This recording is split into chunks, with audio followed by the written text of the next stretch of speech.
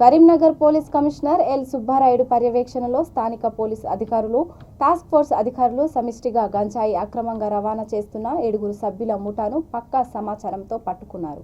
నిషాని హరికృష్ణ, నిషాని సాయికృష్ణ, దూలం అభిరామ్, బహదూర్ లక్ష్మణ్, ఎండి Ali alias Sonu, గంప గోవర్ధన్, చెల్పూరి విలాస్ 2 ముఠాలుగా ఏర్పడి గంజాయిని విక్రయిస్తున్నట్లు గుర్తించారు. నిందితుల నుండి 90,000 రూపాయల విలువ చేసి 30 కిలోల గంజాయిని స్వాధీనం చేసుకున్నారు.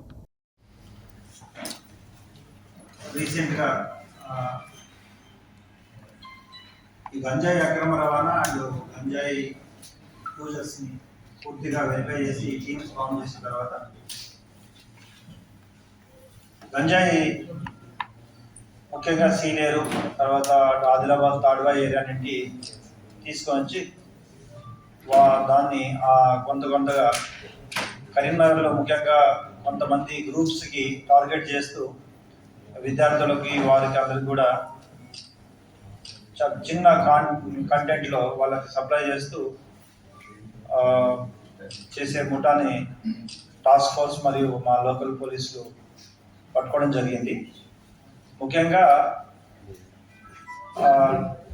గత కొంతకాలంగా వీరు ఒక 20-25 కేజెస్ వరకు కరీంనగర్ తీసుకొచ్చి అందరికీ సప్లై చేయడం జరిగింది. దాంట్లో 7 మందిని అరెస్ట్ చేయడం జరిగింది.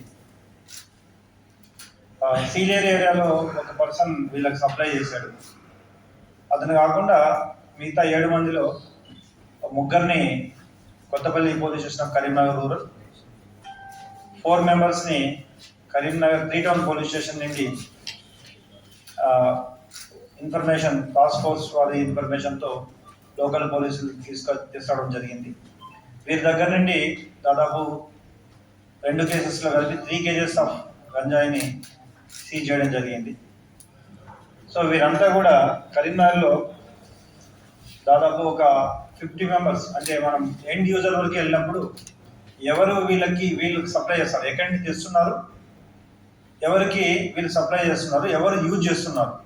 సో అక్కడ దాకా పూర్తిగా ఇన్వెస్టిగేట్ చేసినప్పుడు దాదాపు ఇప్పటి వరకు చేసిన ఇన్వెస్టిగేషన్లో 50 to 60 మెంబర్స్ వరకు కూడా కరీంనగర్ లోకల్ ప్రాంతంలో ఈ మన పోలీస్ స్టేషన్స్ నుండి లిస్ట్ అనేది తయారు చేయడం జరిగింది.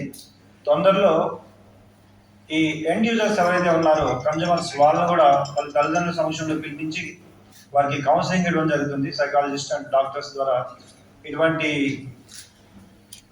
దురలవాట్లు మానుకోవాలని వాళ్ళందరికీ కూడా కౌన్సిలింగ్ చేయడం కూడా జరుగుతుంది.